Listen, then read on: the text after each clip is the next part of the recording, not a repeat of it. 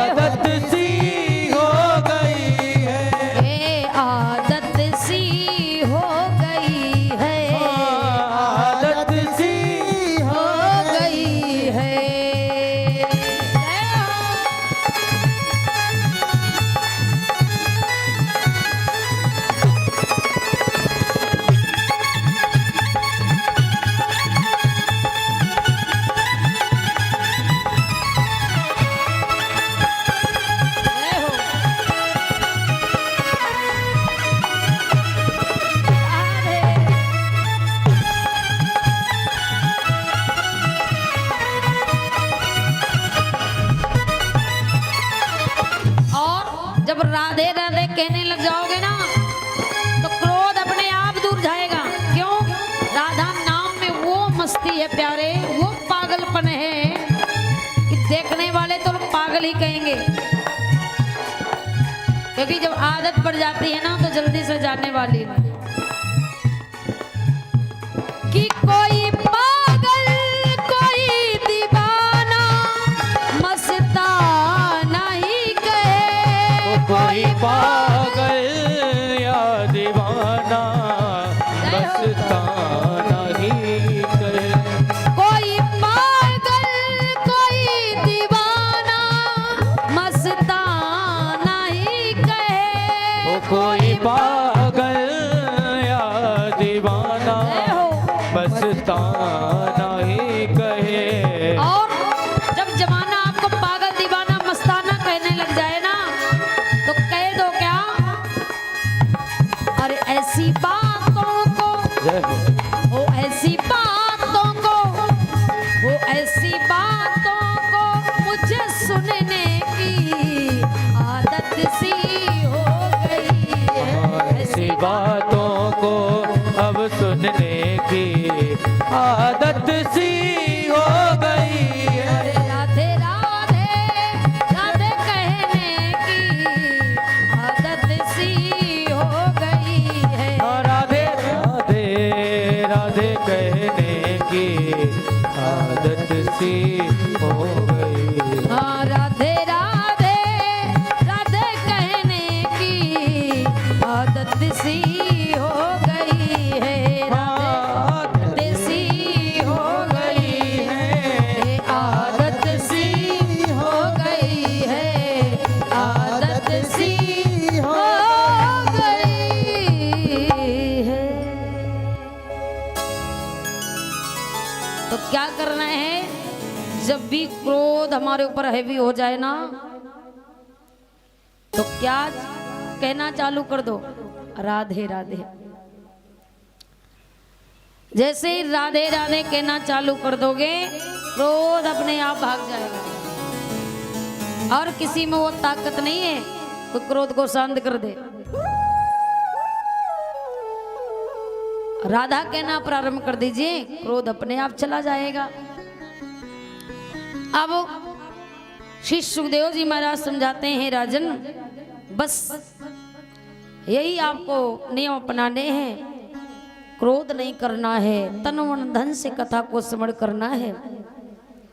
राजा परीक्षित कहते हैं, गुरुदेव श्रवण ही नहीं, मैं आपकी कथा को सुनूंगा ही नहीं, फिर कथा अमृत समझ करके पान करूंगा, पीऊंगा। क्यों? सुनने में मिस्टेक हो सकती है पर पीने में कोई मिस्टेक नहीं। अब बताया कि महाराज क्या पाने के लिए किसकी पूजा करनी चाहिए। मैंने कल की कथा में बताया, अन्न की कामना हो तो अदिति मैया की, बल की कामना हो तो रुद्र भगवान की, सुंदर स्वरूप की कामना हो तो उर्वशी की, शरीर में तेज की कामना हो तो बृहस्पति भगवान की, ऐसे करके इंद्रियों में बल की कामना हो तो भोलेनाथ की। इस प्रकार बताया कि क्या पाने के लिए किसकी पूजा करें। इसके बाद राजा परीक्षित ने प्रश्न किया, गुरुदेव बताइए ये सृष्टि की रचना कैसे हो गई, हम सब कहां से आए, संसार कैसे बना। तब श्री सुखदेव जी महाराज समझा रहे हैं, राजन देखिए पहले इस जगत में क्या था, जल ही जल था, जल के सिवा कोई दूसरी चीज नहीं थी। फिर ये संसार कैसे आया। तब श्री सुखदेव जी महाराज कहते हैं, राजन सर्वप्रथम जिस समय जल ही जल था उस समय ब्रह्मा भगवान ब्रह्मा जी का प्रकट हुआ। कैसे हुआ, भगवान नारायण की नाभि से। भगवान नारायण की नाभि से कमल प्रकट हुआ और कमल में ब्रह्मा जी प्रकट हुए। और जैसे ब्रह्मा जी ऊपर आए, अब ब्रह्मा जी सोच रहे हैं कि मैं आया कहां से। ब्रह्मा जी आए हैं संसार में। अब ब्रह्मा जी ने चारों तरफ देखना चाहा, तो चारों तरफ जैसे देखा तो ब्रह्मा जी के 4 मुख हो गए, 4 मुख हो गए भगवान की कृपा से। अब क्या हुआ, ब्रह्मा जी ने देखा कि मैं आ तो गया पर आया कहां से। ब्रह्मा जी से नाभि की, आज कमल की नाभि को एक बार नहीं कईयों बार चक्कर लगाए, अपने आप को ढूंढना चाहा कि मैं कहां से उत्पन्न हुआ, कहां से आया, पर कोई पता नहीं पाया। उस कमल का कोई अंत नहीं पा पाया। तब एक देववाणी हुई, क्या? उसमें 2 शब्द सुनाई दिए ब्रह्मा जी को। कौन से? एक 16वां और 21वां, 2 शब्द सुनाई दिए, ता और पा। अब ब्रह्मा जी कहते इसका मतलब, तो इसका मतलब है कि ता पा यानी तप करो, तब पता चलेगा आप कौन है। ब्रह्मा जी ने तप किया। जब तप किया ब्रह्मा जी ने, तब महाराज क्या होता है कि भगवान नारायण प्रकट होते। अब ब्रह्मा जी कहते प्रभु हमें क्यों संसार में लाए, क्या करना है हमको। भगवान नारायण ने कहा ब्रह्मा जी मैंने तुम्हें संसार में इसलिए उत्पन्न किया है कि आप इस संसार को आगे बढ़ाओ, सृष्टि रचाओ। सृष्टि रचाने का मालिक मैंने आपको बना दिया, करिए सृष्टि को आगे बढ़ाइए। अब ब्रह्मा जी कहते हैं भगवान मैं सृष्टि कैसे आगे बढ़ा सकता हूँ। भगवान ने कहा मैंने आपको इसलिए संसार में लाया है, आप सृष्टि को आगे बढ़ाएं। अब ब्रह्मा जी कहते हैं एक बात बताओ प्रभु, ये सृष्टि अगर मैं बढ़ाने लग गया तो कहीं सृष्टि का मालिक समझ करके मुझे घमंड ना हो जाए। क्यों महाराज? भाई जिसे ज्यादा बड़ा अधिकार हो जाता है ना, उसे घमंड आ जाता है। ब्रह्मा जी कहते कहीं हमें भी ना घमंड आ जाए इस बात का कि मैं सृष्टि का रचयिता हूं। क्यों? क्योंकि संसार में कोई ऐसा व्यक्ति नहीं जन्मा जिसे प्रभुता पा करके घमंड ना आया।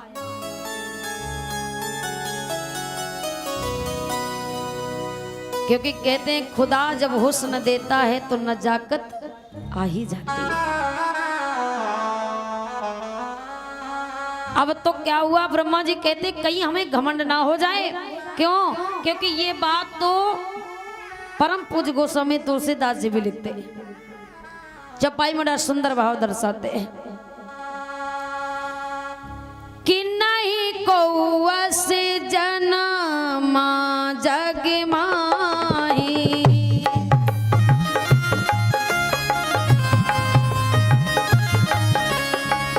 नहीं कौवस जनमा जग माही,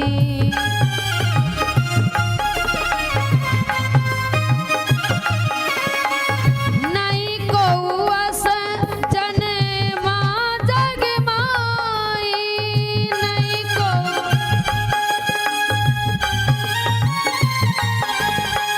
प्रभुता पाए जाए मद नाही, प्रभुता पाए जाए मद माही।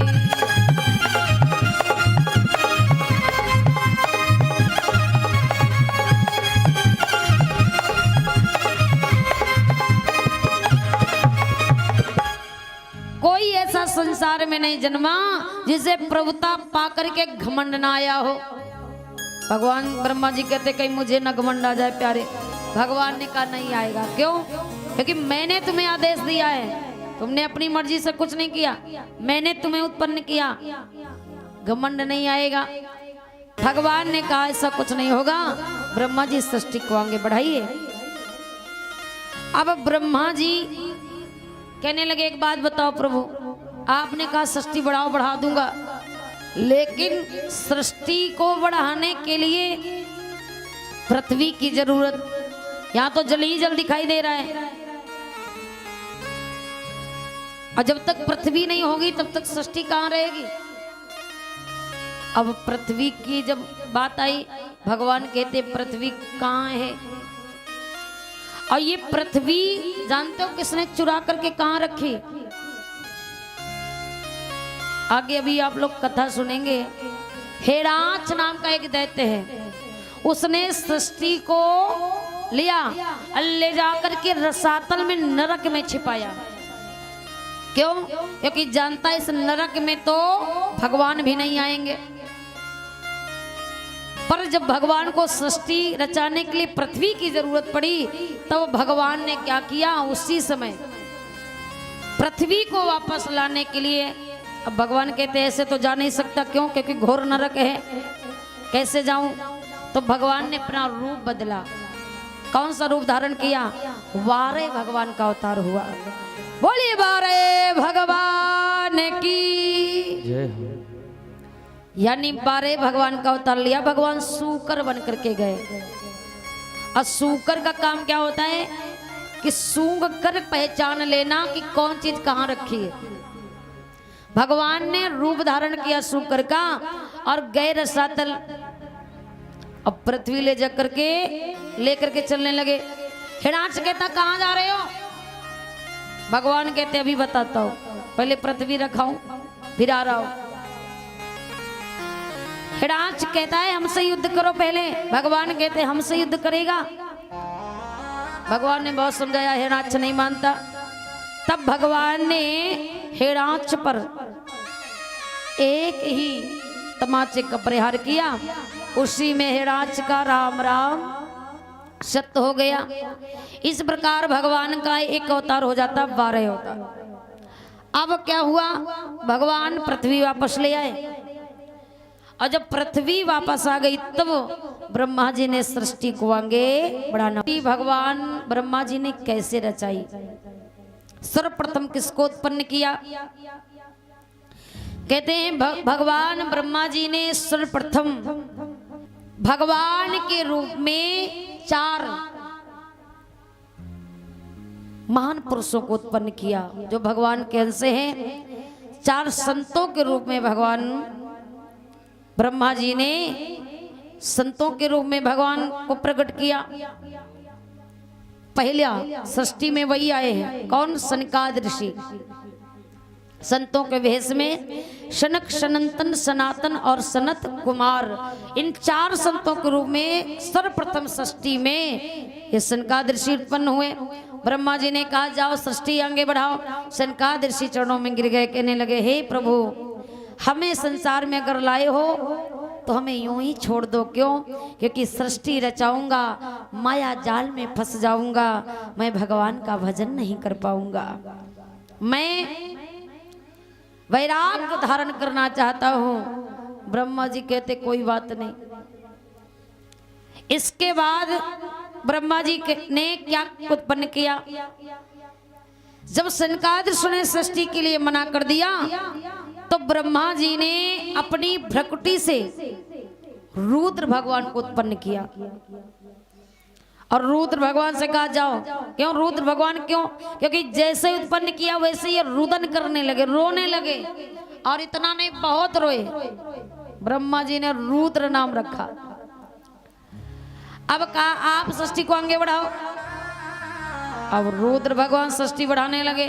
तो महाराज देखो कैसी सृष्टि बढ़ाई। रुद्र भगवान ने जितने भी ये जहरीले जीव जंतु है ना, सांप, बरैया, ततैया, बिच्छू, जितने भी जहरी, तुम दोनों मिलकर के सृष्टि को आगे बढ़ाओ। तब स्वयंभू मनुष्य शत्रुपा के द्वारा ये सृष्टि आगे बढ़ाई गई। अब देखिए स्वयंभू मनु के द्वारा सर्वप्रथम कितनी संतानें हुई? 5। कितनी संतानें हुई? 5। कौन कौन?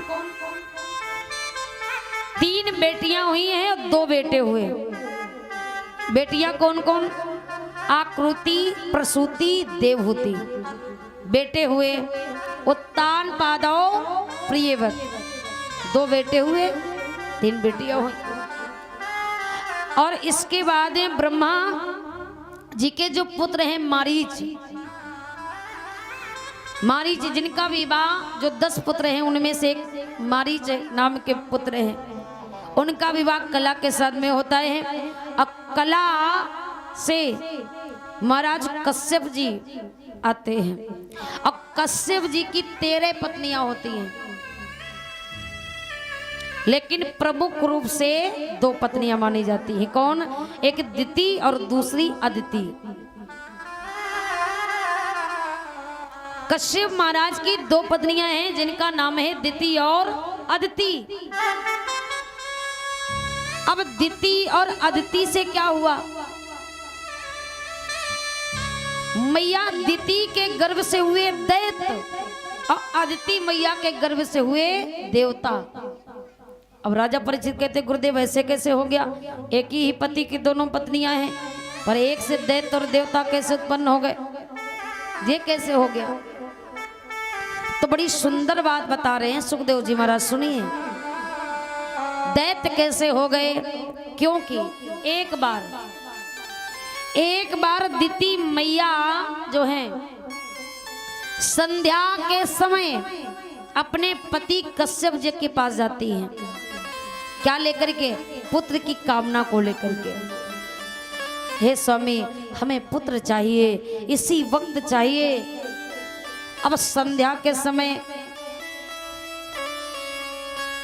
कश्यप महात्मा ने कहा देखो दिति, ये गोधूली वेला का समय है।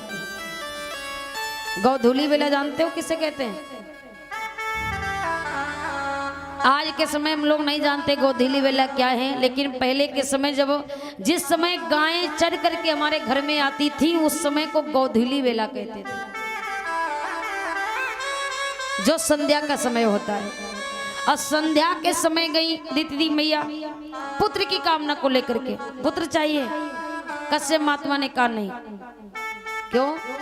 समय ठीक नहीं है, कभी और कामना लेकर के आना, पूर्ण कर दूंगा, लेकिन इस समय आपकी कामना मैं पूरी नहीं कर सकता। दिति मैया कहती नहीं अभी चाहिए, जिद कर गई। कश्यप महात्मा समझा रहे हैं दिति ठीक नहीं है। क्यों? क्योंकि संध्या के समय हमें कुछ काम नहीं करना चाहिए। अब ध्यान करके माताएं बहनें सुने, कौन कौन से काम नहीं करना चाहिए संध्या के समय?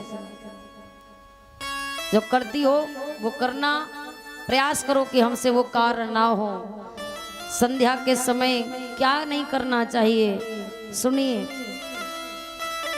एक तो संध्या के समय कभी झाड़ू ना लगाओ, सभी जानते हैं संध्या के समय झाड़ू नहीं लगाना चाहिए। संध्या के समय बच्चों को पढ़ना नहीं चाहिए, ना तो लिखना चाहिए ना पढ़ाना चाहिए। दूसरा, संध्या के समय सोना नहीं चाहिए,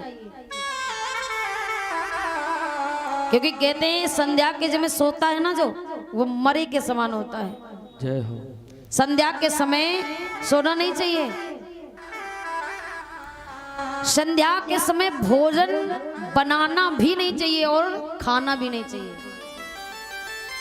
हम लोग जो 6 बजे चालू हो जाते हैं ना, तो ये गलत है।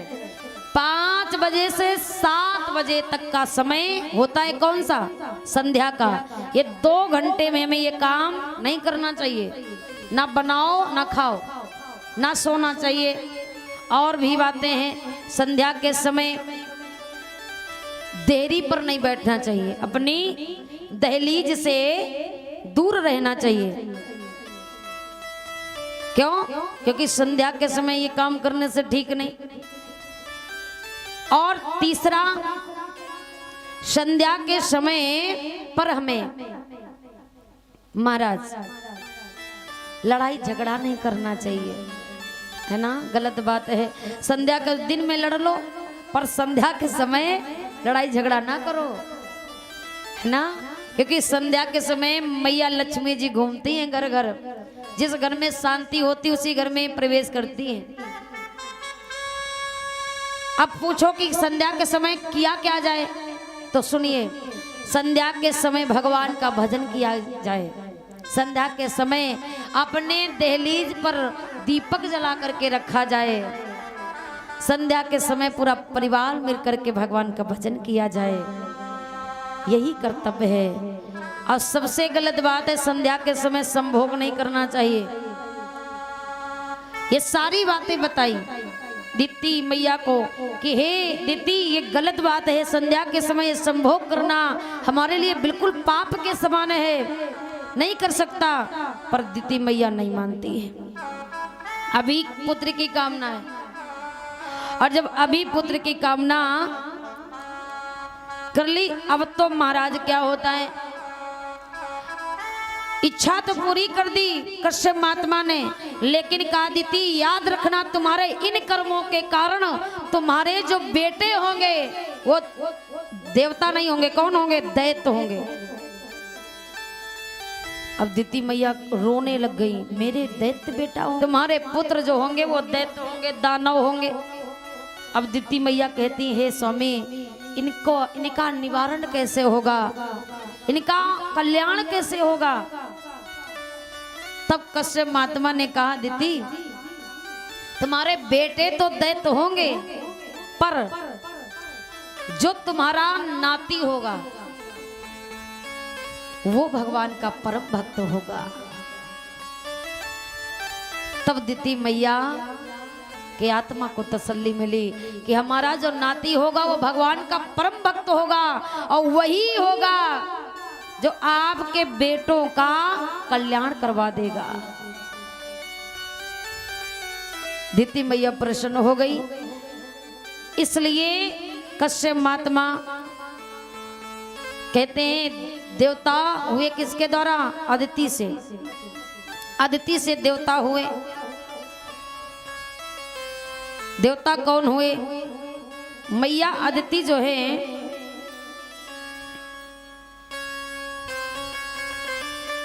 महाराज, उनसे कपिल भगवान हुए। कौन हुए, कपिल भगवान, स्वयं भगवान का रूप। क्योंकि मैया अदिति ने 27 वर्ष भगवान का तप किया, और अंत में भगवान ने कहा, मांगो, क्या मांगना चाहती हो मैया। तब मांगा क्या मैया ने, कि हमें आप जैसा पुत्र चाहिए। बड़ी होशियार, कहा कि मुझे आप जैसा पुत्र चाहिए। अब भगवान ने कहा, हमारे जैसा तो कोई दुनिया में है नहीं भाई, किसे आपको दे दूं, हमारे जैसा कोई नहीं। फिर क्या, तो चिंता ना करो, हम ही आपके घर आएंगे। तो इसलिए कपिल देव स्वयं भगवान का स्वरूप लेकर के पधारे। इनसे देवता हुए, उनसे दैत्य हुए। अब क्या होता है महाराज, जो इनके पुत्र हुए, जिनका नाम है मनु के जो पुत्र हुए, मैंने बताया प्रियव्रत और उत्तानपाद। तो उनमें से प्रियव्रत जो हैं वो भगवान के परम भक्त हुए, बहुत सुंदर भक्त हुए। और जो उनके बड़े बेटे कौन है, उत्तानपाद। आइए उत्तानपाद की पावन कथा में हम सभी भक्त प्रवेश करेंगे। कैसा जीवन है राजा उत्तानपाद का। 2 बार तालियों को जाकर के संकीर्तन करेंगे, इसके बाद भगवान की पावन गाथा। बोले गोविंद भगवान की जय हो। कि तेरी मंद मंद मुस्कनिया पे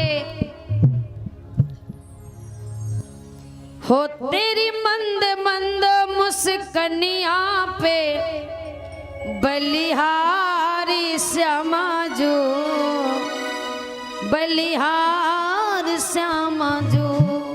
तालियों को जाते हुए कहेंगे, हो तेरी मंद मंद मुस्कनिया पे, तेरी मंद मंद मुस्कनिया पे बलिहार श्यामा जो, बलिहार श्यामा जो।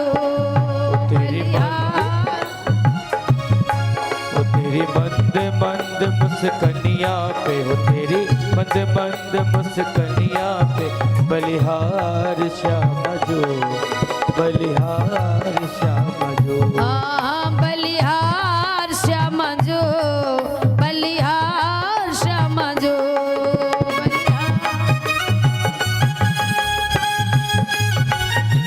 हरि बोल।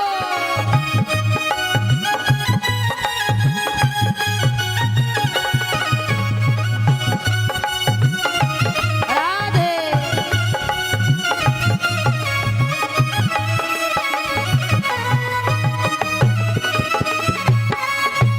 जय हो।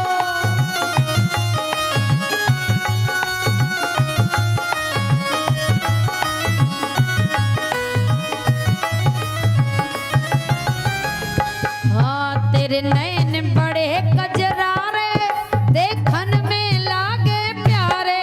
तेरे नैन बड़े कजरारे देखन में लागे तारे। हाँ तेरे नैन बड़े कजरारे, देखन में लागे प्यारे। तेरे नैन बड़े कजरारे देखन में लागे कारे। तेरी मोर मुकुट है,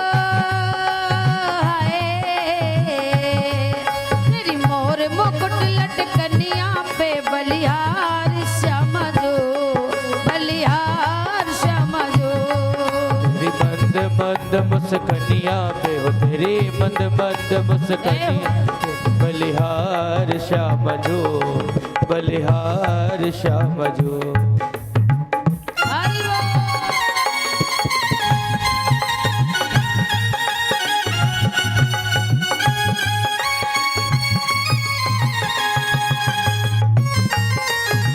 राधे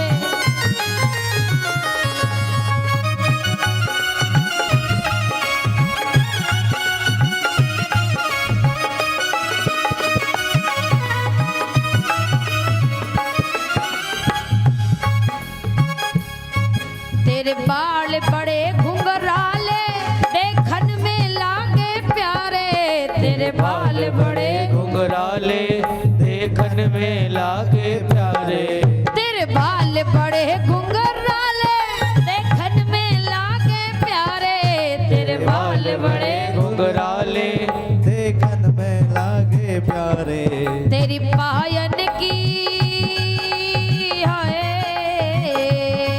तेरी पायन की पैजबिया पे, तेरी मोर मुकुट लटकनिया पे बलिहार श्याम जो, बलिहार श्याम जो, बलिहार श्याम जो। तेरी मंद मंद मुस्कनिया पे, तेरी मंद मंद मुस्कनिया पे बलिहार श्याम जो, बलिहार श्याम जो। हाँ बलिहार श्याम जो, बलिहार श्याम जो। ओ बलिहार श्याम जो, बलिहार श्याम जो, बलिहार श्याम जो, बलिहार श्याम जो, बलिहार श्याम जो, बलिहार श्याम जो। बोलिए कन्हैया लाल की प्रेम से एक बार बोलना पड़ेगा, राधे राधे। राधे राधे। अब महाराज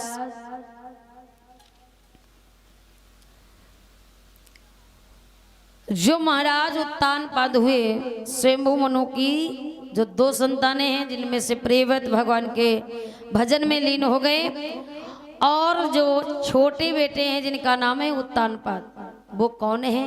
एक राजा है, और राजा के साथ साथ बड़ा सुंदर स्वभाव है, और उससे कई ज्यादा जो उनकी पत्नी है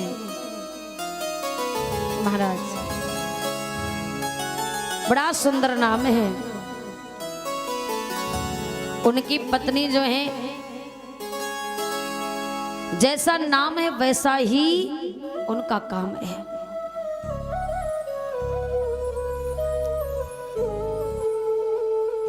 कहते हैं कि जब षष्ठी का वर्णन करने लगे श्री सुखदेव जी महाराज, कहते हैं जो बेटे हुए और जो बेटियां 3 हुई, उनके विवाह कैसे हुए? 3 बेटियां हुई, आकृति, देवहूति, प्रसूति। 2 बेटे प्रियव्रत उत्तानपाद। तो बेटियां किससे ब्याही गई?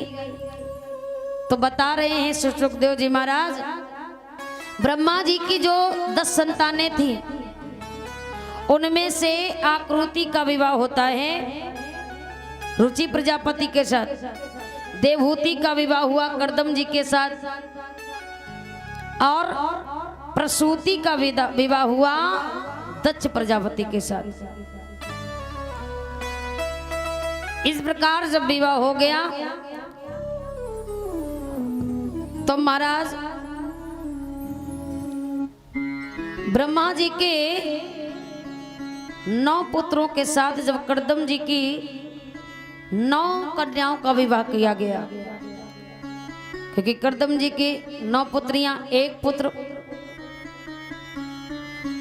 9 कन्याओं का विवाह कर्दम जी के ब्रह्मा जी के 9 पुत्रों के साथ में हो गया। बेटियां ससुराल चली जाती हैं और कर्दम जी भगवान का भजन करने लग जाते हैं। इसके बाद देवहूति और कपिल देव बसते हैं। मैया देवहूति को बेटा कपिल ने बड़ा सुंदर उपदेश दिया, हे माँ संसार में कुछ नहीं है, क्योंकि देवहूति ने कहा, हे बेटे, हे पुत्र, मैंने संसार में इतना सुख प्रदान किया, सुख का लाभ उठाया, लेकिन आत्मा को शांति नहीं। तब कपिल भगवान ने मैया देवहूति को उपदेश दिया, माँ संसार में जो कहीं पर सुख प्रदान नहीं हो सकता वो भगवान के नाम में सुख प्रदान होता है। आप भी भगवान का भजन करिए। कपिल भगवान ने अपनी माँ को उपदेश दिया तो मैया देवहूति भगवान का भजन करते ही करते अपना शरीर भगवान के चरणों में न्यौछावर कर देती है। इसके बाद में कपिल भगवान भी माँ को का तर्पण किया। अंतिम संस्कार करते हुए कपिल भगवान वे भगवान के चरणों में साह शरीर वैकुंठ धाम प्रस्थान कर गए। इस तरीके से षष्ठी का वर्णन होता है। और जो पुत्र बचे हैं उनका वर्णन आया कि उत्तानपाद कौन है, तो एक सुंदर राजा हैं कि प्रिय प्रिय व्रतोत्तान पादो सतिरूपा पते सुतौ वासुदेवस्य कुलया रक्षा पद प्रियवत। अब एक राजा है उत्तानपाद, और जो राजा के अंदर भाव होना चाहिए वो सारे गुण हैं राजा उत्तान के पास। अब होता क्या है कि इनकी जो पत्नी है, अब राजा उत्तानपाद की कितनी पत्नियां हैं? 2। क्या नाम है? देखिए, पहली पत्नी का नाम है सुनीति और दूसरी जो शादी होकर के आई उसका नाम है सुरुचि। नाम में कितना अंतर है देखिए। क्यों? क्योंकि सुनीति वो है जो सुंदर नीति पर चलने वाली और सुरुचि वो है जो अपनी रुचि से चलने वाली। अब महाराज आजकल का भी यही दौर है कि जो नीति पर चलता है उसे जमाना स्वीकार नहीं करता है, और जो अपनी रुचि से मन चाहे कार्य करता है उसे जमाना नमस्कार करता है। यही हुआ। राजा उत्तानपाद की जब प्रथम रानी सुनीति महलों में रहती है, पर होता क्या है कि सुनीति और राजा उत्तानपाद के जीवन में एक कमी थी। क्या? कोई संतान नहीं थी। संतान ना होने के कारण सुनीति ने अपने पति से कहा, हे प्यारे, आपसे निवेदन करूं, मेरे कारण लोग आपको भी बुरा कहते हैं, तो आप ऐसा कर लिए, आप राजा हैं और राजा को 3 विवाह करने का अधिकार होता है, तो आप अपना दूसरा विवाह कर लो। शायद मेरे संयोग से बालक नहीं हुआ, उसके संयोग से हो जाए, आपके जीवन का कलंक मिट जाए। राजा उत्तानपाद कहते नहीं सुनीति, दूसरा विवाह नहीं कर सकता। क्यों? आपका जीवन नरक हो जाएगा। और आपने सोच भी कैसे लिया मैं आपके रहते दूसरा विवाह करूंगा? मुझे नहीं चाहे ऐसे बालक की। सुनीति पीछे पड़ गई, हाथ जोड़े, सौगंध खाई कि हे स्वामी, कसम खा करके कहती हूँ कि आप जब दूसरा विवाह करके लाओगे तो मैं उस बहन को अपने प्राणों से ज्यादा प्रेम करूंगी, सर में बैठा करके रखूंगी। आप एक बार विवाह तो कर लो, कभी हम दोनों के बीच में सौतन शब्द नहीं आएगा, बहन बना करके रखूंगी।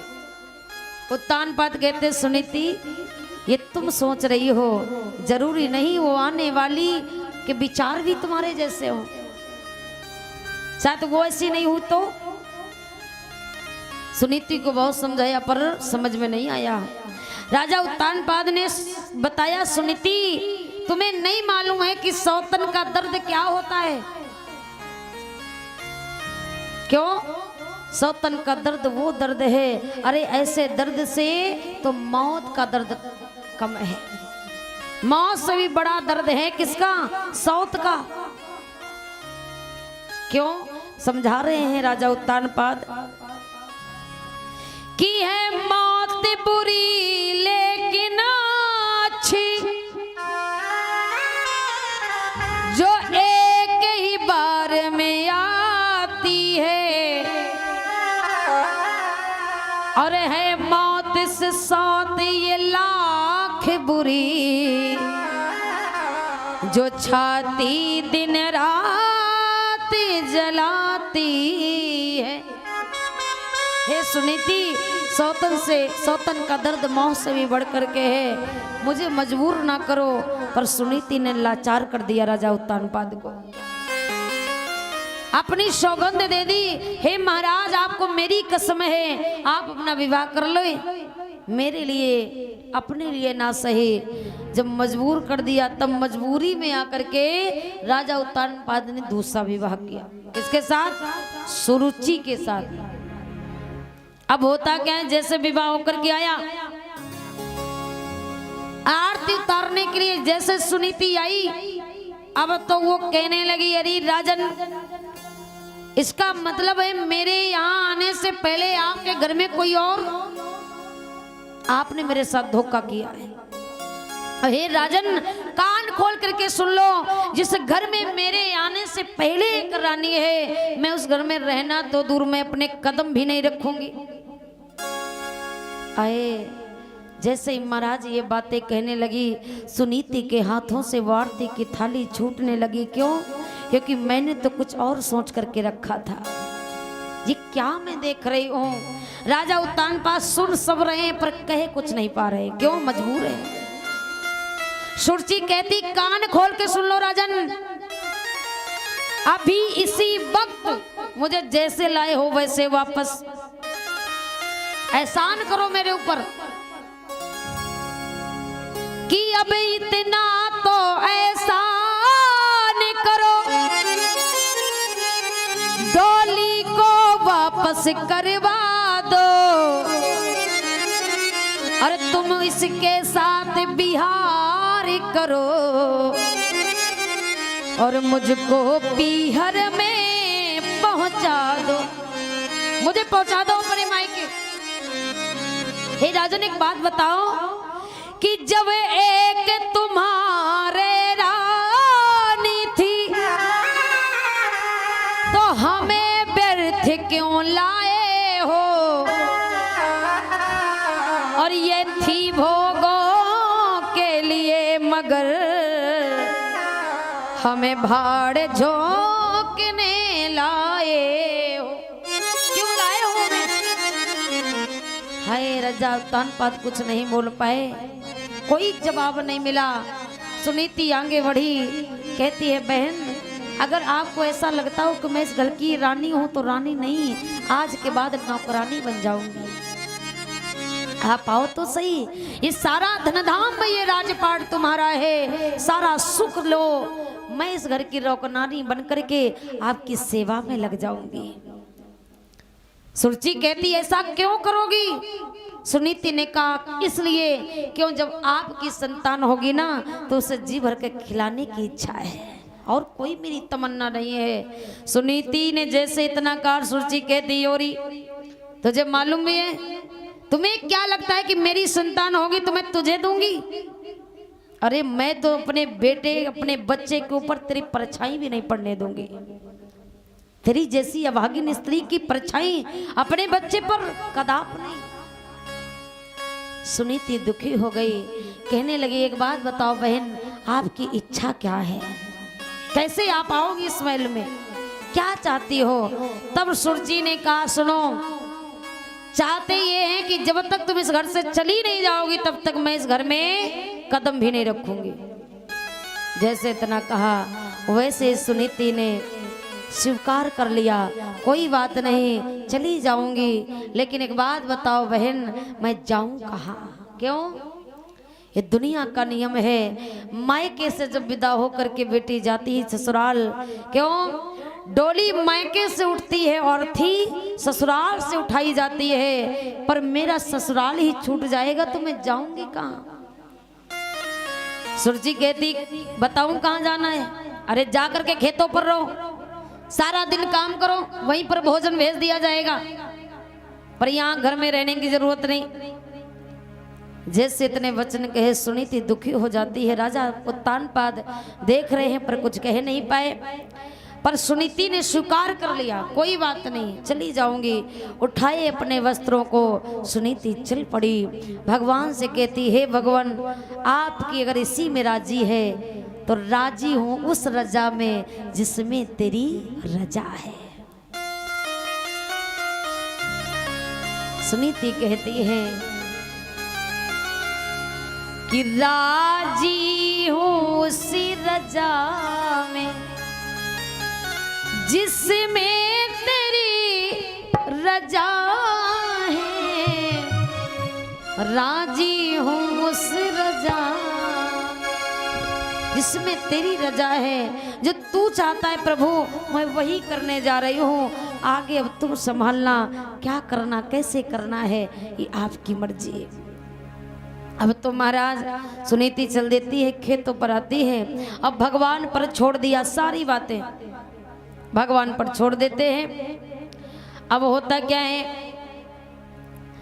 सुनीति कहती है प्रभु कि जाहि विधि राखे राम और ताही विधि रहिए, सीताराम सीताराम सीताराम कहिए, जाहि विधि राखे राम। जय हो सीताराम सीताराम कहिए,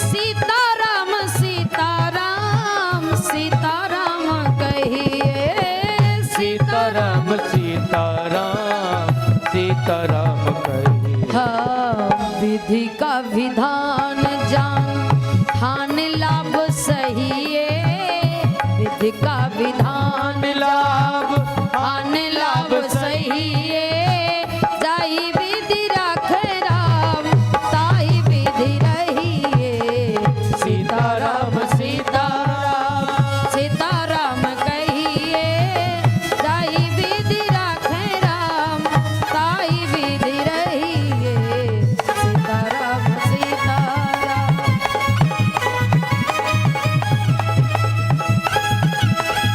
जय हो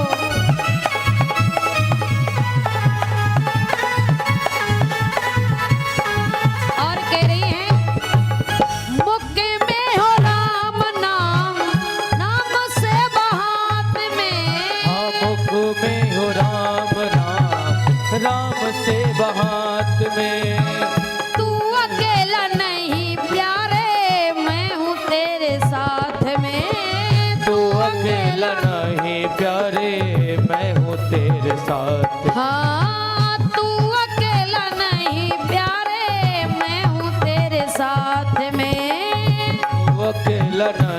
प्यारे मैं हूँ तेरे साथ में।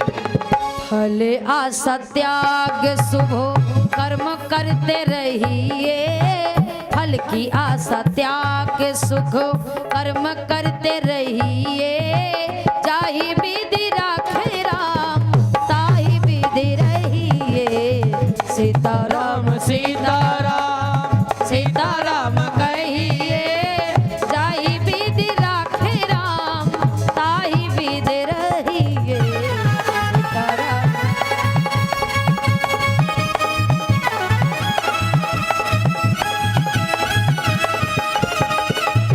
हरि बोल।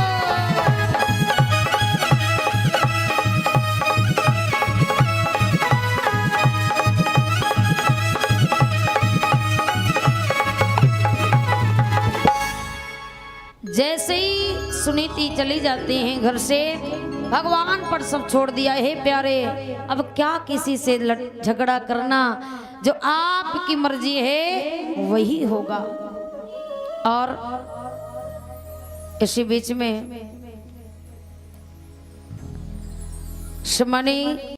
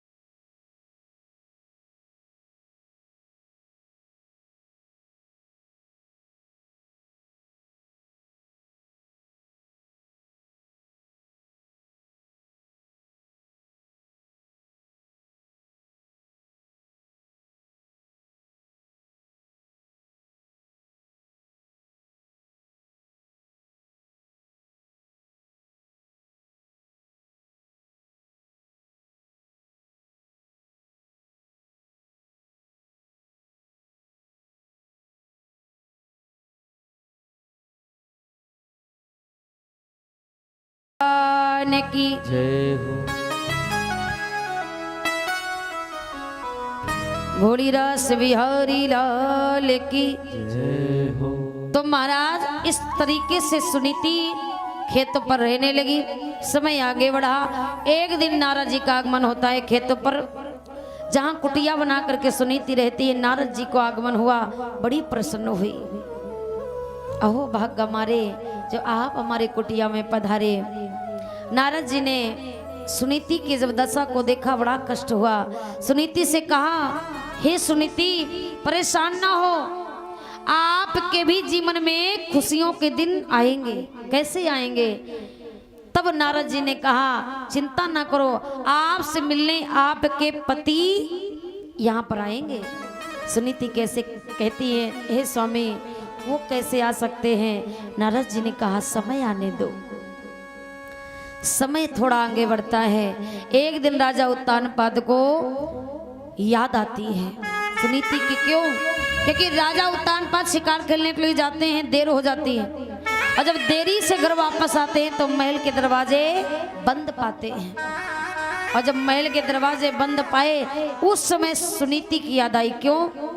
क्योंकि राजा उत्तानपाद कहते हैं कि वो सुनीति जब तक महलों में थी तब तक बिना मेरे आए कभी महल के दरवाजे बंद नहीं होते, बिना मुझे खिलाए कभी खाया नहीं, बिना मुझे सुलाए कभी सोई नहीं। और आज ये सुरुचि घर में क्या आ गई, इसको मेरी कोई परवाह नहीं।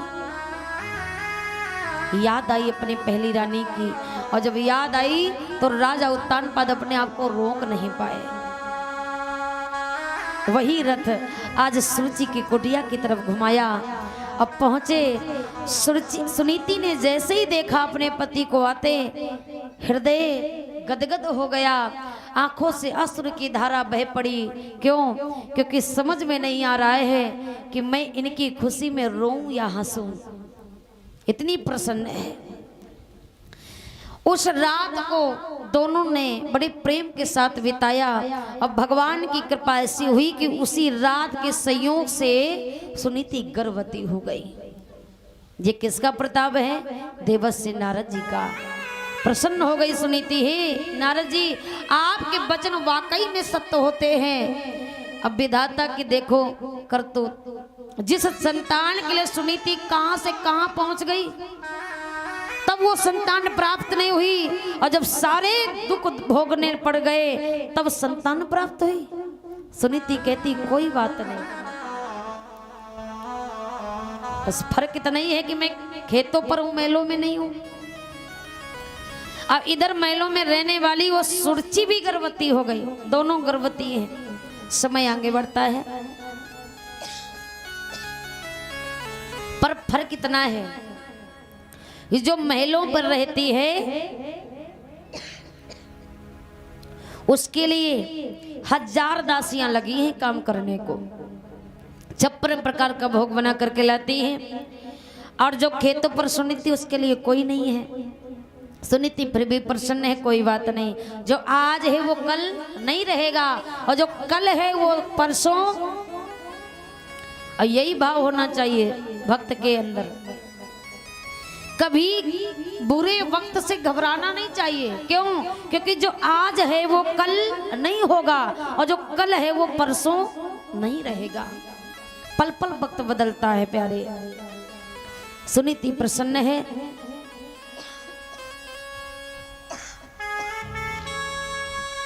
होता क्या है, समय आगे बढ़ा, जो खेतों पर रहने वाली सुनीति है उसके गर्भ से एक बालक ने जन्म लिया, और जो महलों में रहने वाली सुरची है उसने भी बालक को जन्म दिया। अब उस बालक का नाम रखा गया क्या? उत्तम। बड़ा सुंदर नाम रखा गया, उत्तम नाम रखा गया। और जो सुनीति के गर्भ से बालक ने जन्म लिया उसका नाम मैया सुनीति ने अपने आप नहीं रखा, स्वयं किससे रखवाया? नारद जी से। क्यों? क्योंकि नारद जी का प्रताप था। नारद जी से नामकरण संस्कार करवाया। उस बेटे का नाम रखा गया क्या? ध्रुव।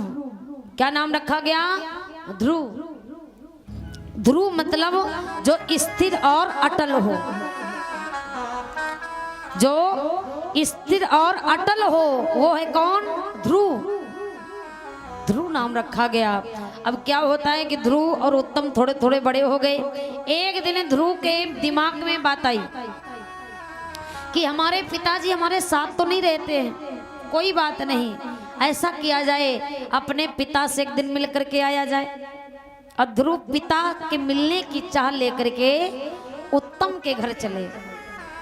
होता क्या है कि जैसे ही पिता उत्तानपाद ने ध्रुव को आते देखा तो बाप होता है महाराज, देख करके बेटे को हृदय में ममता उमड़ाई, उठा लिया गोदी से और ध्रुव को प्यार करने लग गए।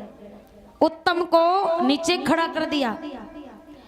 इतनी बात जैसे वो जान पाई सुरुचि कि मेरे बेटे को नीचे खड़ा कर दिया, महाराज उत्तानपाद ने उस अभागिन के लाल को गोदी में बैठा रखा। दौड़ करके आई है महाराज, क्रूर है, कठोर हृदय की है। जैसे देखा कि ध्रुव गोदी पर बैठा है, कलाई को पकड़ा, जमीन में पटक दिया और ना जाने कितने शब्द सुनाए। कहती है, अरे अभागिन के लाल, तू कैसे इस गोदी में बैठ गया? अरे तुझे मालूम नहीं, इस गोदी का अधिकार सिर्फ मेरे लाल उत्तम को है, तुझे नहीं। क्यों? तू अभागिन का बेटा है। अगर इतना ही शौक तुझे इस गोदी का है तो जा करके भगवान का तप कर, मर जा एक बार और फिर मेरी कोख से जन्म लेकर के आ, तब तू उस गोदी का अधिकारी बनेगा। आए हाय, ध्रुव को जब ऊट पटांग बका, ध्रुव को बुरा नहीं लगा। लेकिन ध्रुव को कब बुरा लगा? जब ध्रुव की मैया को अभागिन कहा। ध्रुव बहुत रोए, रोते रोते चुपचाप मैया के पास आए। माँ ने पूछा, मेरे लाल तू क्यों रो रहा है? क्यों? देख करके रोते हुए अपने लाल को आज सुनीति परेशान हो गई। क्यों? क्योंकि एक ही मेरे जीने का सहारा, और उसकी भी आंखों में आंसू। सुनीति पूछ रही मेरे लाल कि हे दुखियारी के दुखी लालो, किस बेदर्दी ने पटका है, और मुझ निजे कपूतनी और के सपूत किसकी आँखों को खटका है, मुझे कपूतनी।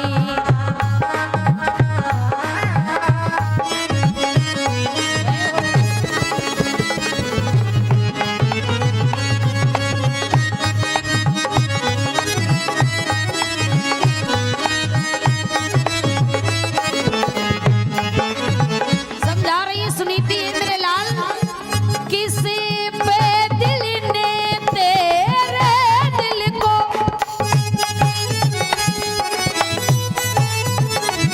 बेटा धक्का पहुंचाया है, बेटा धक्का पहुंचाया है, और किस बे आँखों की आँखों ने, किस बे आँखों की आँखों ने तेरा आंसू गिरे वाया है, किस बे आँखों की आँखों ने तेरा आंसू गिरे वाया है, किस बे आँखों की।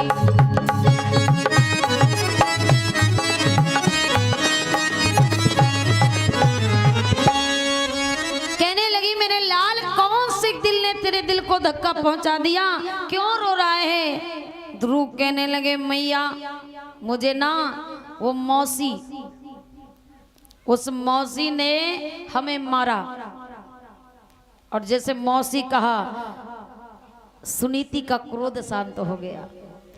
देखिए माँ हो तो सुनीति जैसी, चाहती तो गुस्सा कर सकती थी कि मेरे लाल को उसने क्यों मारा, क्या अधिकार है उसका, लेकिन सुनीति शांत हो गई। जैसे मौसी नाम लिया ध्रुव ने। अब सुनीति कहती और क्या क्या कहा? ध्रुव ने कहा देखो मैया उसने हमको कहा कि मैं इस गोदी में नहीं बैठ सकता, और ध्रुव ने कहा और मैया उसने हमें कहा कि मैं एक बार मर जाऊं और उसकी जन्म से कोख से जन्म लूं तब उस गोदी में बैठूंगा। सुनीति कहती बहुत अच्छा कहा, और क्या कहा? ध्रुव ने कहा मैया उन्होंने ना हमें इतना कहा, मारा भी हमें दुख नहीं हुआ, फिर दुख क्यों हुआ? ध्रुव कहने लगे फिर रो क्यों रहे हो? और मैया उन्होंने एक बात और कही, क्या? कि मैं जा करके भगवान का भजन करूं। अब मैया एक बात बताओ ये भगवान कौन है? और जैसे इतना कहा कि मौसी ने कहा कि भजन करूं भगवान का, सुनीति प्रसन्न हो गई, कहने लगी ओरे मेरे लाल देख कितनी सुंदर तेरी मौसी है, जो ज्ञान जो बात मैं तुझे नहीं बता पाई माँ होकर के वो बातें तुझे तेरी मौसी ने बता डाली। कितनी सुंदर तेरी मौसी है ना? मैंने तुझे नहीं समझा पाया कि तू भजन कर या भगवान का ध्यान कर, लेकिन तेरी मौसी ने तुझे कितना सुंदर ज्ञान दे दिया, तो फिर भी तू क्यों रो रहा है? इसमें रोने की क्या बात है, बहुत अच्छी बात है। अब ध्रुव कहते मैया कोई बात नहीं, हमें मारा पीटा इसलिए नहीं रो रहा हूँ, फिर किस लिए रो रहा हूँ? अरे मैया उसने ना तुम्हें अभागिन कहा, मैया तुम्हें अभागिन कहा ना, हमें बड़ा बुरा लगा। तब सुनीति ने कहा मेरे लाल तेरी मौसी सत्य कहती है, मैं अभागिन हूँ। जिसके सर से पति का साया उठ जाए, परिवार छूट जाए, राजपाट घरदार बिछड़ जाए, वो अभागिन ही तो है। तेरी मौसी सत्य कहती मेरे लाल, तू जो उसने कहा वही वही कर, तेरा कल्याण हो जाएगा। तू क्यों जमाने के पिता की गोदी में बैठना चाहता है? अरे बैठना है तो परम पिता की गोदी में बैठ मेरे लाल, तेरे जीवन का तरण तारण हो जाएगा। ध्रुव ने कहा तो मैया एक बात बताओ, ये परम पिता कहाँ मिलेंगे? कहाँ मिलेंगे? तब सुनीति ने कहा मेरे लाल इनको ना पाने के लिए तप करना पड़ता है। ध्रुव ने कहा कहाँ करूंगा, क्या कैसे करना पड़ता है? तब भगवान का तप करने के लिए सुनीति मैया ने कहा मेरे लाल अकेले में जाना पड़ता है, एकांत में जाकर के बन जाना पड़ता है। देखिए कहते हैं जो बन गया वो बन गया, जो बन गया वो बन गया, और जो बन नहीं गया वो बन नहीं पाया। श्री राम जी बन गए है ना। अब ध्रुव बन जा रहे हैं, जीवन तरण हो जाएगा। ध्रुव कहने लगे मैया कैसे जाऊं? मैया ने कहा जाओ तब करना पड़ेगा, लेकिन मेरे लाल तुम अभी छोटे हो, मत जाओ, बड़े हो जाना तब जाना। ध्रुव कहते नहीं मैया, अब तो जब तक परम पिता की गोदी नहीं बैठ जाऊंगा तब तक मैं भोजन पानी करने वाला नहीं। ध्रुव ने जिद कर ली। 5 वर्ष की उम्र है ध्रुव की। चल पड़े ध्रुव। जैसे राजा उत्तानपाद को पता लगा कि मेरा लाल ध्रुव तप करने जा रहे हैं, संदेशा भेजवाया ध्रुव से कह दो मत जाओ, अरे आज के बाद मैं ध्रुव को आधा राजपाट दे दूंगा पर बन मत जाओ। ध्रुव ने कहा मैया देखा अभी तो मैंने एक कदम बढ़ाया है तो आधा राजपाट मिल रहा है, और अगर उनकी राहों में चलना प्रारंभ कर दिया तो क्या नहीं मिल जाएगा। और भी विश्वास अटल हो गया। ध्रुव बढ़ते गए। माँ ने कहा मेरे लाल ठीक से जाना, आशीर्वाद देते हुए मैया ने विदा किया। ध्रुव 5 वर्ष के हैं, देखिए 5 वर्ष का बालक है। चल पड़ा भगवान की राहों में। भगवान इधर देख रहे हैं कि ना समझ बालक है, ये क्या हमें पा पाएगा? अरे इसके खेलने खालने की उम्र है, ये क्या तप कर पाएगा? नारद जी को भेजा। नारद जी आते हैं, बीड़े का गान करते हैं कि श्रीमन नारायण नारायण नारायण, श्रीमन नारायण नारायण नारायण, भजमन नारायण नारायण नारायण, ओ भजमन नारायण नारायण नारायण। जो नारायण नाम लेते हैं, जो नारायण नाम लेते हैं, हाँ जो नारायण नाम लेते हैं, हाँ जो नारायण नाम लेते, हाँ पाप हो तो सब छारायण भजमन श्रीमन हो श्रीमन नारायण नारायण नारायण, भजमन नारायण नारायण नारायण, श्रीमन नारायण नारायण नारायण, श्रीमन नारायण नारायण नारायण। नारायण नाम गाते हुए नारद जी प्रकट हो गए। अब नारद जी ने पूछा लाल कहाँ जा रहे हो? ध्रुव ने कहा महात्मन मैं जा रहा हूँ परम पिता की गोदी बैठने। ध्रुव ने कहा हमको देख रहे हो? हाँ। नारद जी कहते पूरे बाल जो है ना सफेद हो गए। ध्रुव ने कहा कैसे? नारद जी कहते यही नारायण गाते गाते, पर हमें कभी नहीं मिला, तो तुम तो छोटे, तुम्हें कहां से मिल जाएगा? ध्रुव ने कहा देखो महाराज आपको मिले हो या ना मिले हो, पर हम तो मिलके ही जाएंगे। नारद जी कहते वापस चले जाओ, आगे बढ़ोगे जंगल मिलेगा, जंगल में तुम्हें कोई जीव जंतु खा गया तो? ध्रुव कहते हैं कि जीवन जाए यदि राम के लिए तो ऐसे जीने की हमें चाह नहीं। अगर ये जीवन राम के लिए चला जाए तो ऐसे जीने के लिए हमें चाह भी नहीं है। चला जाए तो चला जाए, पर पीछे नहीं कदम हटाऊंगा। बहुत समझाया नारद जी ने कि समझ जाए, पर ध्रुव नहीं समझे। ध्रुव कहने लगे अब आया हूं तो पिता को प्राप्त करके ही जाऊंगा। जब इतना जिद देख लिया, नारद जी कहते बड़ा जिद्दी बालक है, ये नहीं मानने वाला। अब नारद जी ने कहा एक बात बताओ ध्रुव, किसने भेजा? मेरी मैया ने भेजा। नारद जी कहते हैं ध्रुव एक बात बताओ, तुम भगवान को पाने तो जा रहे हो, लेकिन तुमने कोई गुरु किया? और जैसे गुरु की बात की, अब ध्रुव क्या जाने कि गुरु क्या होता है। ध्रुव कहने लगे महाराज जी गुरु कौन सी चीज है? नारद जी कहने लगे मेरे लाल ये गुरु तुम नहीं जानते तो भगवान कैसे मिलेंगे तुम्हें? क्यों? क्योंकि ये गुरु क्या है, देखिए सुनिए, ये गुरु क्या चीज है। गु माने अंधकार और रू माने प्रकाश। गुरु का मतलब है, गुरु का अर्थ है जो अंधकार से प्रकाश की तरफ हमें ले जाए, वो है कौन? गुरु। लेकिन महाराज उस समय के गुरु श्रेष्ठ होते थे। कहते हैं कि गुरु वही है जो हमें भगवान से मिला दे, और गुरु वो नहीं है जो संसार से मिला दे। आजकल के गुरु और तब के गुरु में बड़ा अंतर था। क्यों?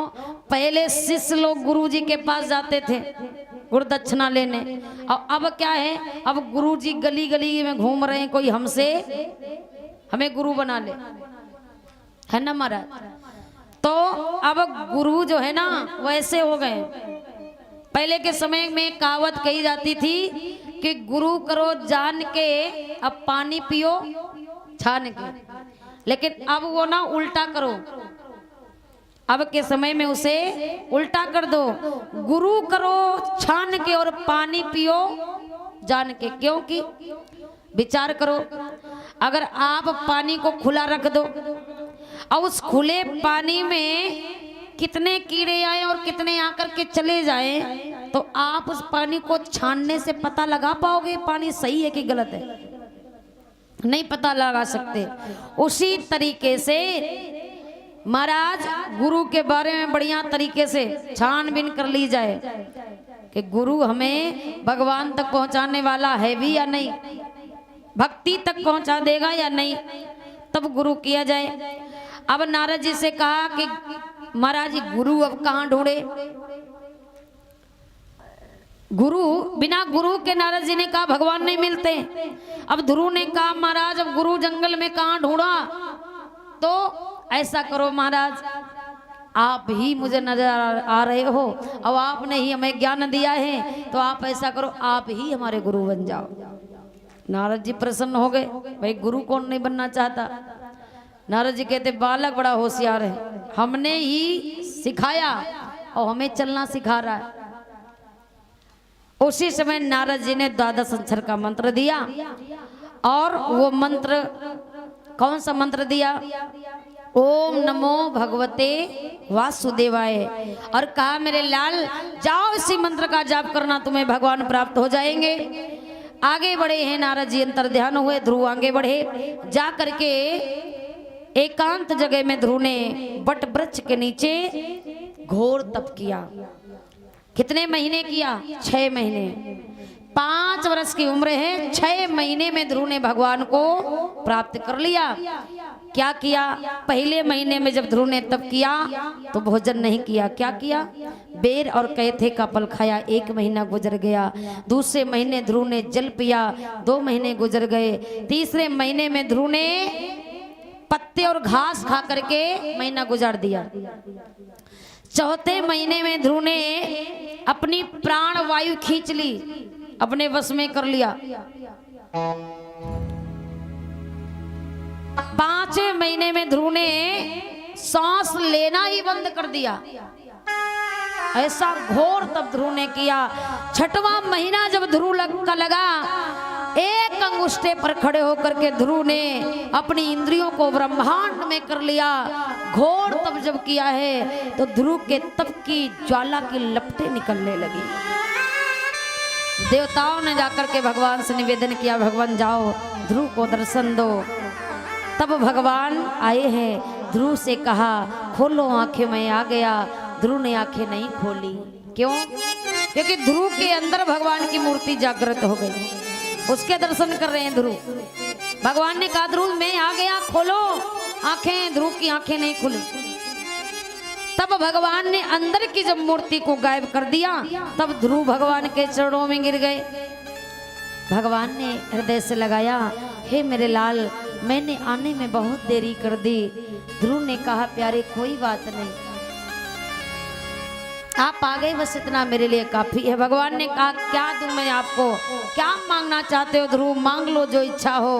ध्रुव कहने लगे, हे भगवान, आप मेरे पिता हैं, अब पिता ही जब परम पिता हो तो पुत्र की मांगने की क्या कामना रह जाएगी, कोई इच्छा नहीं है, क्या मांगो। भगवान ने कहा, ध्रुव मांग लो, आपने बड़ा मेरे लिए त्याग किया है। ध्रुव कहने लगे, प्रभु अगर देना चाहते हो तो इतना काम करो कि मेरे साथ हमारे नगर चलो। ध्रुव भगवान को लेके भगवान के नगर आए, ध्रुव के साथ में भगवान को लाए। और जब भगवान को लेकर के ध्रुव आए तो सबसे पहले किससे मिले हैं? सबसे प्रथम बार ध्रुव अपनी माँ से नहीं मिले, किससे मिले? अपनी मौसी के पास गए, उसी मौसी सुरुचि के पास। सुरुचि ने जैसे देखा कि ध्रुव के साथ भगवान आ रहे हैं, दरवाजे बंद कर लिए, आंखों में अश्रु की धारा बह पड़ी। क्यों? क्योंकि जिस बालक को मैंने इतने कठोर वचन कहे, आज उसके साथ भगवान आ रहे हैं। कौन चेहरा लेकर के उसके सामने जाऊं, कौन निगाहों से नजरें मिलाऊं, समझ में नहीं आ रहा है सुरुचि के। ध्रुव कहने लगा, मौसी दरवाजा क्यों बंद कर रही है? अरे खोलो ना, देखो अपने साथ में किसे लाया, दर्शन करो। सुरुचि कहती है, ध्रुव चेहरा नहीं है तुम्हारे सामने आने के लिए, कैसे मेरी हिम्मत नहीं पड़ रही है। ध्रुव ने कहा, माँ कोई अफसोस ना करो। क्यों? अरे तू अगर ना होती तो भगवान नहीं होते। ध्रुव ने बड़ी अच्छी बात कही है, क्या कि हे माँ, अगर तूने वो वचन मुझे ना कहे होते तो मेरे दिल में ना छुपे होते, और जब यहाँ ना छुपे होते तो आज भगवान को मैं प्राप्त नहीं कर पाता, मैं तो साधारण निशान बनकर के रह जाता। अरे धन्य हो तू मौसी, तू मेरे लिए भगवान से भी बढ़कर के हो गई। क्यों? क्योंकि भगवान से बड़ा वो व्यक्ति है जो भगवान से मिला दे, और तूने मुझे भगवान से मिलाया है, तू भगवान से बड़ी है मेरे लिए। क्योंकि ध्रुव कहते हैं, मौसी कि दुख में अगर चोट खाई न होती, दुख में अगर चोट खाई न होती, कि दुख में अगर चोट खाई न होती, दुख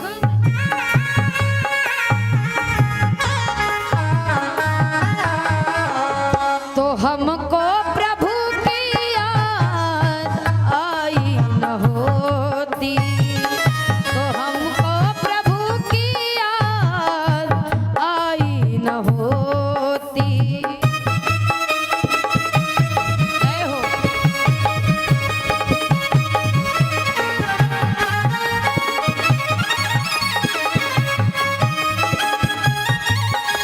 राधे।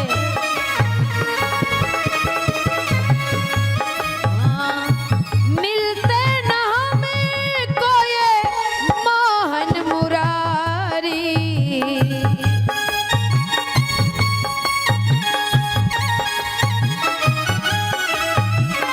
तुमने जो बातें सुनाई न होती, तुमने जो बातें सुनाई न होती, दुख में अगर चोट खाई न होती।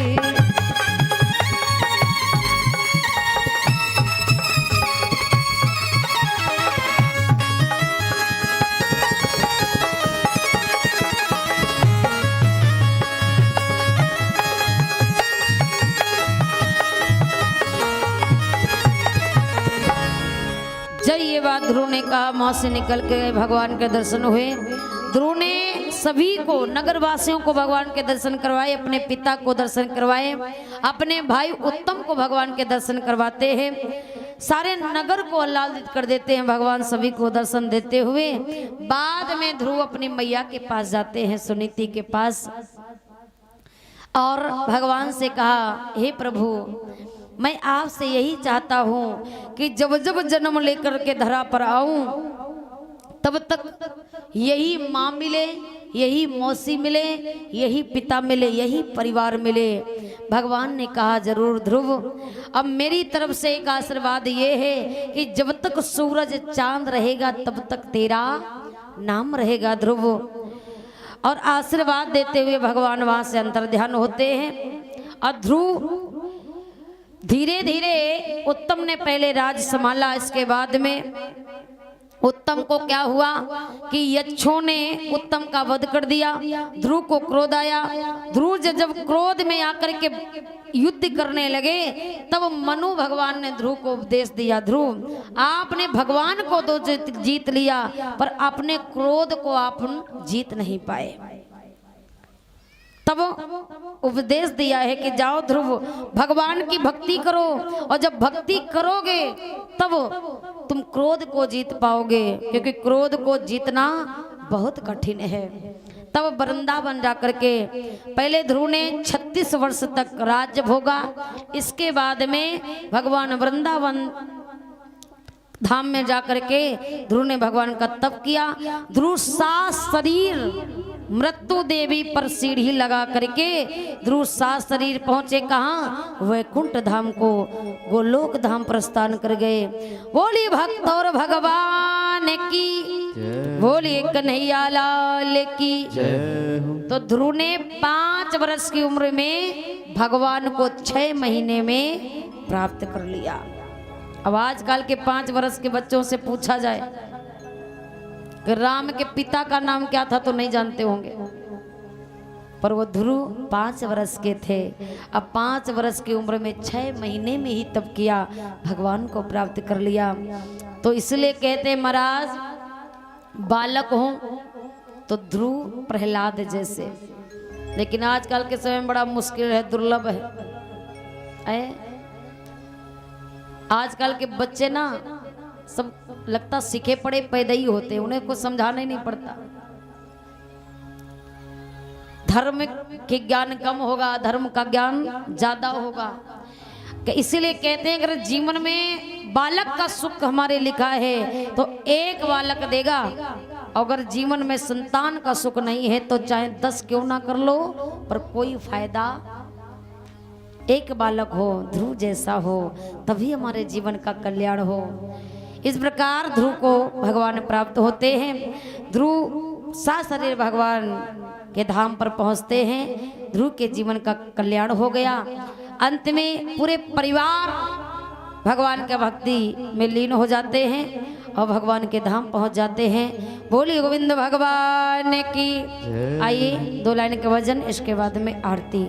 समय पूरा हो गया है और रात्रि के समय में सभी भक्तों को विदित कराया जाता है कि भोले बाबा का पवन चैत्र होगा, मैया सती का संदेह दूर हो किया जाएगा और अन्य भी कथाएं होंगी।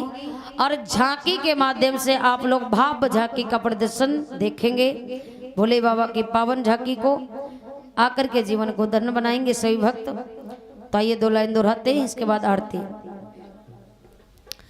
कि जय जय राधा रमन हरि बोल, जय जय राधा रमन हरि बोल, जय जय राधा रमण हरि बोल, ओ जय जय राधा रमण हरि बोल।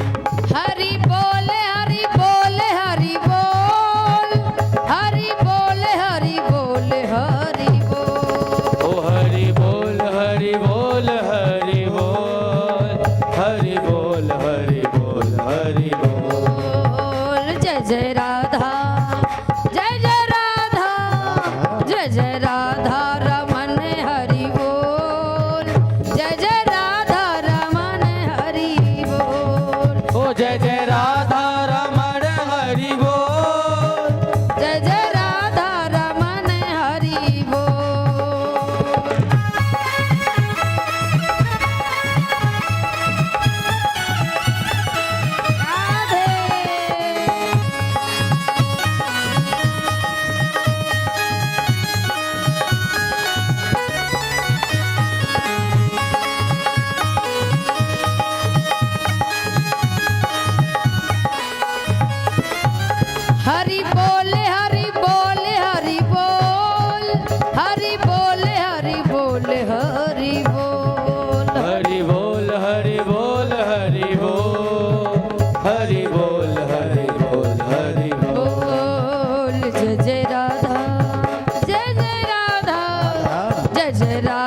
रमन हरि बोल, जय जय राधा रमन हरि बोल, जय जय राधा रमण हरि बोल, जय जय राधा रमन हरि बोल, जय जय राधा रमन हरि बोल, जय जय राधा रमन हरि बोल, जय जय राधा रमन हरि बोल, जय जय राधा रमन हरि बोल, जय जय राधा रमन हरि बोल, जय जय राधा रमन हरि बोल, जय जय राधा रमन हरि बोल, जय जय राधा रमन हरि बोल, जय जय राधा रमन हरि बोल।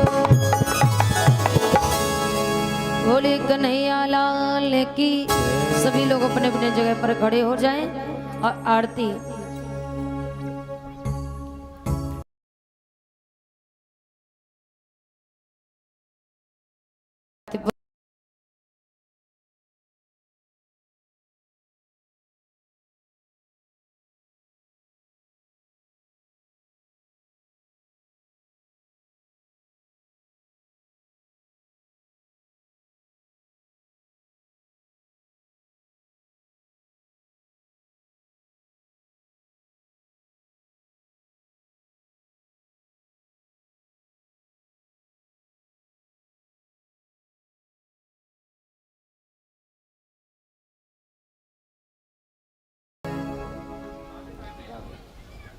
भाई नहीं कुछ बोले क्या?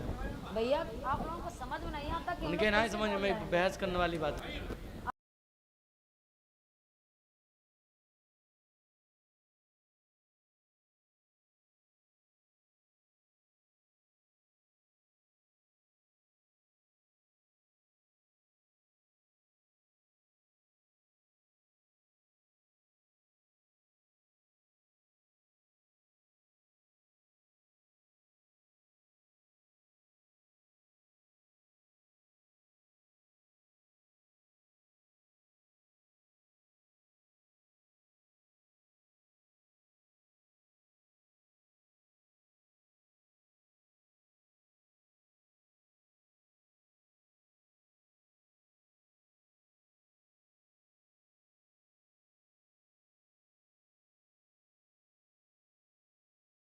के बिहारी तेरी आरती गाऊं, के बिहारी तेरी आरती गाऊं, शिवा के बिहारी तेरी आरती गाऊं, के बिहारी तेरी आरती गाऊं, हाँ मोरे मुकुट तेरे शीश में सोहे, मोरे मुकुट तेरे शीस पे सोहे, प्यारी बंसी मेरा मन मोहे, ओ प्यारी बंसी मेरो मन मोहे, अरे देख छवि बल हरि जाऊं, हाँ देख छवि बल हारी में जाऊंगी रे